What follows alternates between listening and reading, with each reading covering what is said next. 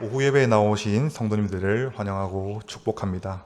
지난번 설교 서두에서 제가 긴장한 나머지 밥을 먹지 않고 설교하러 올라왔더니 많은 집사님들이 왜 안 드셨어요? 어쩐지 한 그릇이 남았습니다. 이런 등 걱정을 많이 해주시는 바람에 오늘은 꼭 먹고 올라와야 되겠구나 싶어서 오늘은 맛있게 먹고 이 자리에 섰습니다. 매번 교회 밥을 먹을 때마다 교회에 요리사가 계신 거 아닌가 싶을 정도로 매번 의문을 갖고 먹었었는데 오늘도 맛있는 음식 주셔서 감사함을 표현합니다. 다들 육적인 맛있는 음식을 먹으셨으니까 이제는 영적인 말씀의 배부름을 온전히 누리는 시간 되시기를 소망합니다. 오늘 설교 제목에서 눈치채신 성도님들도 계실 것입니다. 오늘 설교는 제가 2달 전에 다녀온 튀르키예에서 보고 느낀 점을 전달하고자 준비한 설교입니다. 2달 전에 저는 김 전도사님과 졸업여행으로 튀르키예를 다녀왔습니다. 튀르키예는 계시록에 나오는 7교회가 위치한 나라였으며 바울이 열심을 내며 복음을 전했던 지역입니다. 그런 곳을 눈으로 직접 보며 직접 걸으며 경험할 수 있게 도와주시고 기도로 함께 해주신 성도님들 감사를 드립니다. 직접 가서 보고 느낀 바를 이거를 혼자만 느끼면 안 되겠다는 것을 생각하고 영상과 사진을 준비했는데 이 영상과 사진을 보고 이곳이 거기구나 하시면서 성경의 세계 속에 빠졌으면 좋겠습니다. 설교에 들어가기 앞서 같이 갔던 동기가 제작해준 영상을 다 같이 한번 보겠습니다.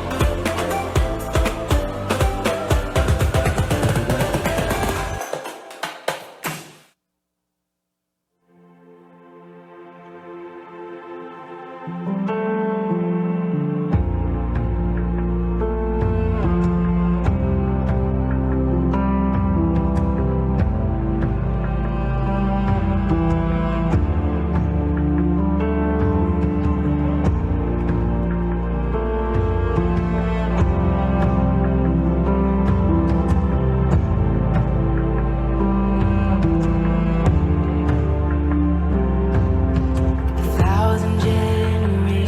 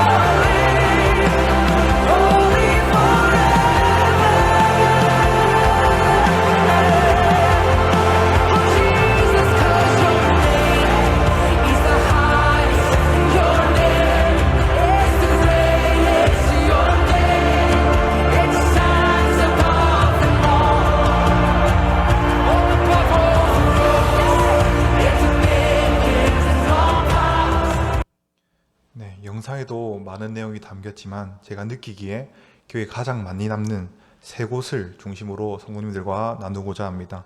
그 도전으로 인해 성도님들 역시 큰 은혜 누리시기를 간절히 바랍니다. 지도 한번 띄워주시겠습니까? 네, 저렇게 앙카라 공항을 입국해서 저렇게 순서로 화살표 방향으로 많이 돌아다녔습니다. 저희가 제일 먼저 갔던 곳은 갑바도기아였습니다. 성도님들은 갑바도기아 하면 어떤 것이 제일 먼저 생각나십니까? 네. 네, 대답을 해주셔야지 저도 이제 반응을 할 수 있습니다.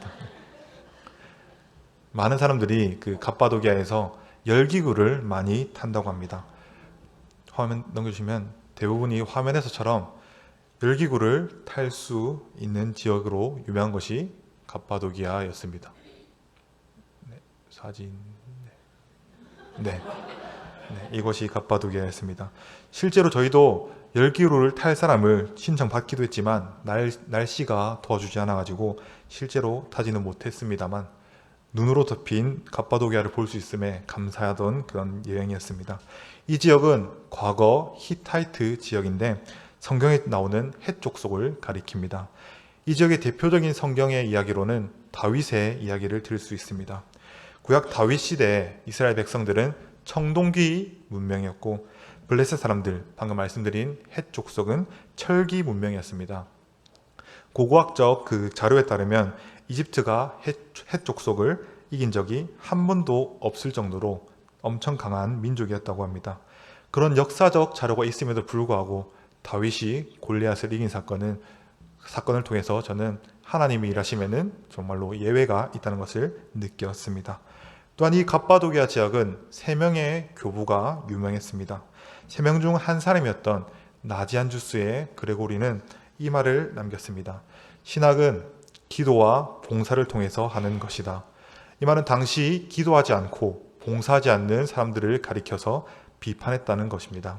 이 말을 계기로 사람들은 수도원 생활을 시작했고 수도원에서 기도 생활을 하면서 신앙을 지켜왔습니다.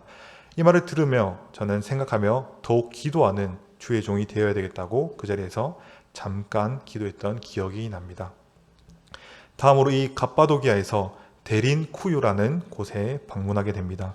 데린은 깊은을 뜻하고 쿠유는 우물을 뜻하며 깊은 우물을 말하고 있습니다. 오늘날 사람들에게는 지하도시라고 불리기도 합니다. 이 사진은 당시 데린쿠유를 도면화시킨 건데 전부 땅에 있는 겁니다. 이 데린쿠유는 기독교인들이 많은 핍박과 외세의 침략 등을 피하기 위해 사용했고 그리고 얼핏 보아도 참 넓고 다양한 용도가 많습니다. 당시 사람들의 평균 키가 160cm 정도였다고 하는데 그래서 그런가 반올림하면 저는 이제 180이기 때문에 천장이 좀 많이 낮았고 화면에서처럼 내려가는 길이 내내 허리를 숙인 채 가야 됐기 때문에 한 공간 한 공간 이동하는 것이 참 힘들었지만 저는 이곳에서 한 가지 도전을 받게 됩니다.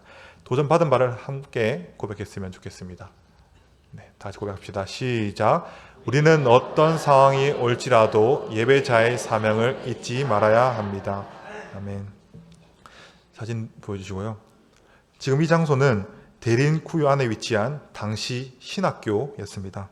이 공간이 있었던 것은 고난을 피하는 중에도 예배를 절대 멈출 수 없고 신학생들을 가르치는 것을 절대 멈출 수 없었다는 당시의 그 기상을 의미합니다. 환란의 시대에도 혼란이 가득한 시대 가운데도 이렇게 신학을 가르치는 일을 멈추지 않았다는 것에 저는 가슴이 많이 뛰었습니다.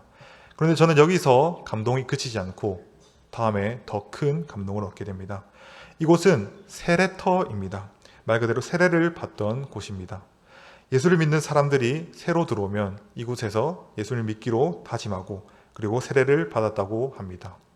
이곳을 직접 보고 설명을 들으면서 제 모습을 한번 돌아보게 되었습니다.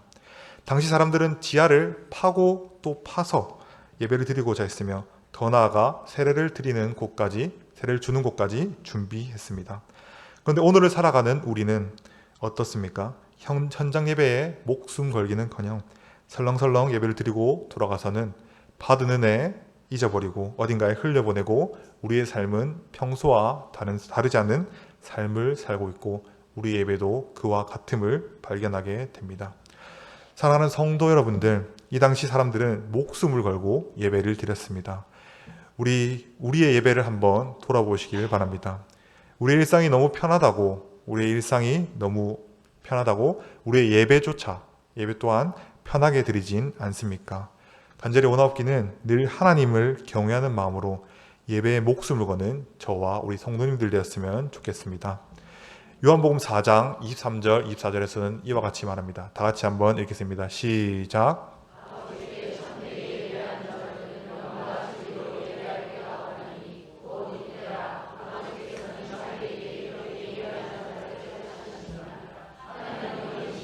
예배하는 자가 영과 진리로 예배할지니라. 아멘. 여기 모인 모두가 하나님을 예배하는, 참되게 예배하기 위해 영과 진리로 예배하는 모든 성도님들 되시기를 간절히 소망합니다. 다음으로 저희는 이고니온을 거쳐 비시디아 안디옥으로 가게 됩니다.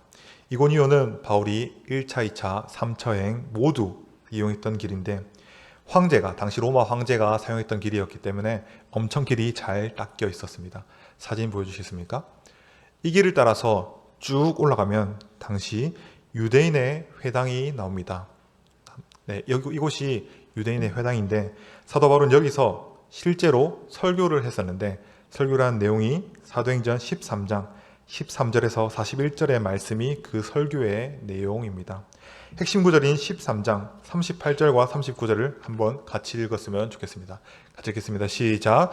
그러므로 형제들아 너희가 알 것은 이 사람을 힘입어 죄사함을 너희에게 전하는 이것이며 또 모세의 율법으로 너희가 의롭다 하심을 얻지 못하던 모든 일에도 이 사람을 힘입어 믿는 자마다 의롭다 하심을 얻는 이것이라. 아멘. 당시 몇몇의 유대인들은 알미니안 주의처럼 구원은 스스로 이루는 것이라고 생각했는데 이렇게 생각하는 사람들을 향해서 바울은 이신칭의의 복음을 전했던 것입니다. 1차 여행 때 바울이 이 설교를 전했는데 듣던 유대인들이 기분이 나빴는지 유대교에 입교한 귀부인들과 도시의 유력한 그런 사람들을 선동해서 바울과 바나바를 박해하였고 그들을 쫓아내기까지 합니다. 성경을 눈으로만 보다가 당시 상황과 배경을 알고 들으니 성경 속에 들어온 것처럼 생생한 경험을 하고 왔습니다. 다음으로 저는 버가라는 지역을 가게 됩니다. 당시 버가 지역의 강수 확률은 30% 미만이었는데 버가에 도착해 내리자마자 많은 비가 내려서 당황했던 기억이 있습니다. 그런데 교수님이 당시 버가 사람들에게 비는 하나님이 내려주신 축복이었다고 하시길래 저도 감사함으로 우산을 살짝 내려 비를 잠시 맞았던 기억이 있습니다.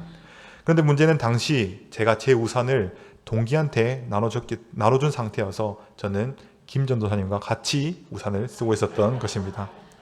그때 우산을 내려서 비를 맞았기에 같이 있었던 김 전도사님도 비를 맞게 되었고 그 행동으로 저는 김 전도사님에게 한 가지 덕담을 듣기 때문에 저는 좀 더 기억에 남았던 것 같습니다. 다음으로 기억에 남는 장소이자 제가 두 번째로 우리 성도님들에게 도전하고 싶은 장소는 라오디게아를 살펴보길 원합니다. 말씀이 좀 길지만 다 같이 한번 읽었으면 좋겠습니다. 요한계시록 3장 14절에서 22절 말씀을 한 절씩 교독하도록 하겠습니다. 제가 먼저 읽겠습니다. 라오디게아 교회의 사자에게 편지하라. 아멘이시요 충성되고 참된 증인이시요 하나님의 창조의 근본이신 이가 이르시되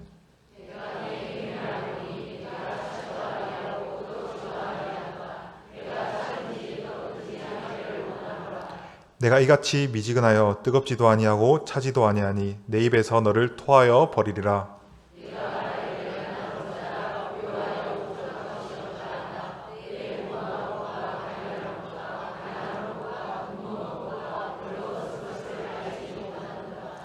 내가 너를 권하노니 내게서 불로 연단한 금을 사서 부요하게 하고 흰옷을 사서 입어 벌거벗은 수치를 보이지 않게 하고 안약을 사서 눈에 발라보라 하라.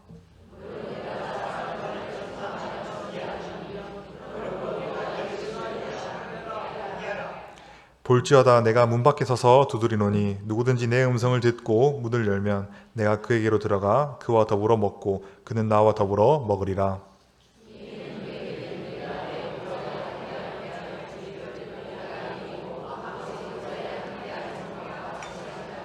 같이 읽겠습니다. 귀 있는 자는 성령이 교회들에게 하시는 말씀을 들을지어다. 아멘. 이곳을 통해, 이 말씀을 통해 도전받았던, 그리고 성도님들께 두 번째로 도전드리고 싶은 말을 같이 읽겠습니다. 시작. 우리는 미지근한 신앙을 가진 채 살아가면 안 됩니다. 당시 라오디게아는 온천과 좋은 양모를 생산할 수 있는 환경이 갖추어진 도시였습니다. 세계에서 가장 오래된 직조가 이곳에서 고고학 유물로 발견될 정도로 질 좋은 약물을 생산하던 곳이었고 안약 또한 유명했던 곳이었습니다. 이들은 예수님을 믿어도 예수님 없이 살아갈 수 있다고 생각했으며 예수님을 문 앞에 둔 것은 마음 깊이 예수님을 영접하지 않았다는 것을 의미합니다. 라오디게아 성도들은 스스로 나는 부자라 부유하여 부족한 것이 없다고 말하고 있습니다. 이 말에 대한 예수님의 반응은 어떠합니까? 너는 곤고하고 가련하고 가난하고 눈 멀고 벌거벗은 줄을 알지 못하는도다 라고 하십니다. 이것이 바로 미지근한 신앙의 본 모습인 것입니다. 미지근한 신앙은 겉으로는 괜찮아 보이지만 속은 점점 하나님과 멀어지는 상태입니다. 예배는 드립니다. 기도도 합니다. 신앙생활도 합니다. 하지만 마음이 하나님을 향해 뜨겁지 않습니다. 하나님의 말씀이 삶을 흔들지 않습니다. 죄에 대한 아픔도 점점 사라집니다. 결국 이러한 신앙이 습관이 되어버리고 이것이 미지근한 신앙이 되어버립니다. 그래서 라오디게아 성도들은 단단히 영적인 착각을 하고 있었던 것입니다. 그들은 스스로 부유하다고 생각했지만 하나님 보시기에 영적으로 가난했습니다. 우리의 모습은 어떠합니까? 오늘날을 살아가는 사람들은 외적으로 풍요로워지면 하나님 없이도 괜찮다고 착각하고는 합니다. 문제가 생기면 돈으로 해결하려 하고 어려움이 오면 능력으로 해결하려 합니다. 그러다 보면 어느 순간 하나님이 필요 없는 삶이 되어져 버립니다. 이런 상황에 놓여 있는 라오디게아 성도들을 주님께서 그렇게 살라고 내버려 두지 않습니다. 19절의 말씀을 하시며 권면하십니다. 제가 읽어드리겠습니다. 무릇 내가 사랑하는 자를 책망하여 징계하노니 그러므로 내가 열심을 내라 회개하라. 아멘. 하나님은 열심 있는 신앙을 원하십니다. 우리가 과연 완벽한 신앙을 가질 수 있을까요? 결코 그럴 수 없을 것입니다. 그러나 우리는 완벽하지 않더라도 하나님을 향해 꾸준히 계속해서 나아가는 신앙, 그리고 열심 있는 신앙은 가질 수 있을 것입니다. 그런 신앙이 바로 주님께서 기뻐하시는 신앙입니다. 사랑하는 성도님들, 주님께서 라오디게아 성도들에게 하신 말씀의 결론이 무엇입니까? 20절을 보면 문 밖에 서서 두드리며 기다린다고 하고 있습니다. 주님은 먼저 그 문을 열고 들어올 수 있는 분이지만 먼저 들어오지 않으십니다. 왜냐하면 주님께서는 우리가 그 마음의 문을 직접 열기를 원하시기 때문입니다. 우리 일상이 너무 풍족하고 자족하여서 라오디게아 교회처럼 미지근한 신앙을 갖고 있다고 생각하시는 성도님들 계십니까? 낙심하지 마시길 바랍니다. 오히려 주님께로 나아갈 수 있는 절호의 기회인 줄을 믿으시길 바랍니다. 완벽한 신앙은 우리의 힘으로 가질 수도 없고 이룰 수도 없습니다. 애초에 주님께서도 그런 신앙을 원하시지 않으십니다. 우리는 끝까지 하나님을 향해 나아가는 신앙, 끝까지 하나님을 찾는 신앙을 찾으시길 바랍니다. 간절히 받아옵기는 여기 모인 모든 성도님들이 세상 끝날까지 하나님만을 찾으며 살아가는 성도님들 되시기를 간절히 소원합니다. 마지막으로 밀레도라는 도시를 성도님들과 나누고 말씀을 맺으려고 합니다. 저는 모태 신앙인으로서 지금까지 살아오면서 아플 때를 제외하고는 주일에 교회에 나가 주일 성수를 잘하며 살아왔습니다. 군대도 군종병으로 섬기며 주일에 부대 복귀에 군교회를 섬겨왔습니다. 그렇게 늘 주일에 교회에 나와 주일 성수를 잘하던 모범적이던 제가 지난번에 처음으로 졸업여행으로 인해 주일에 교회에 나와 주일 성수를 못하게 되었습니다. 마음의 불편함을 갖고 있었는데 이렇게 바울 사도가 고별 설교를 했던 장소 밀레도 한 곳에서 드렸던 이 주일 예배가 제 생각을 완전히 깨워주었고 큰 도전을 받게 되었습니다. 3절 세 번째 도전을 같이 읽겠습니다. 시작. 하나님이 맡기신 사명인 복음 전하는 일에 열심을 내야만 한다. 아멘. 오늘 본문은 상당히 길었지만 솔직한 말로 24절이 제일 중요한 구절이라고 할 수 있을 것입니다. 다 같이 24절 읽겠습니다. 시작.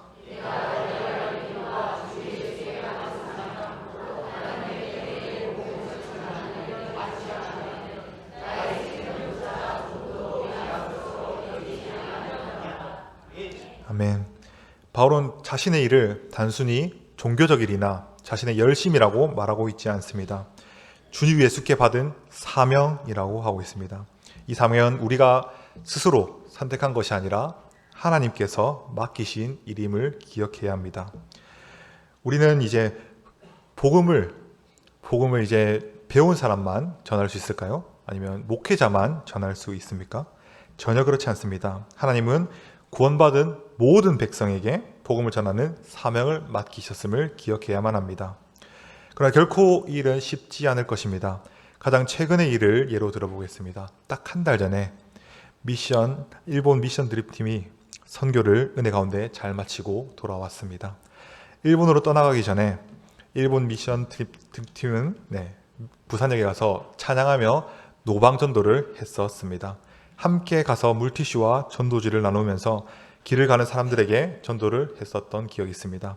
그런데 사람들의 반응은 다 달랐습니다. 감사하다고 말하는 사람도 있으며 반면에 들은 척도 안 하고 전도지를 무시하며 지나간 사람도 있었습니다. 이처럼 복음 전하는 일에는 어려움이 있기 마련입니다. 거절당할 수도 있고 오해할 수도 있고 관계가 때로는 불편해질 수도 있습니다. 그런데 이 복음을 마음속으로만 가지고 살아가는 것이 아니라 바울처럼 담대하게 전하는 그런 성도님들 되시기를 간절히 소원합니다. 말씀을 맺겠습니다. 언젠간 우리도 사도 바울처럼 하나님 앞에 서게 될 것입니다. 그때 하나님께서 내가 너에게 맡긴 복음을 전하는 일을 충성되게 감당했구나 라고 말씀하시면 얼마나 기쁘시겠습니까? 오늘을 살아가는 우리에게도 바울과 동일한 사명이 있습니다. 그 사명에 하나님의 은혜의 복음을 전하는 그 일에 더욱 힘쓰는 저와 우리 성도님들 되시기를 간절히 소망합니다.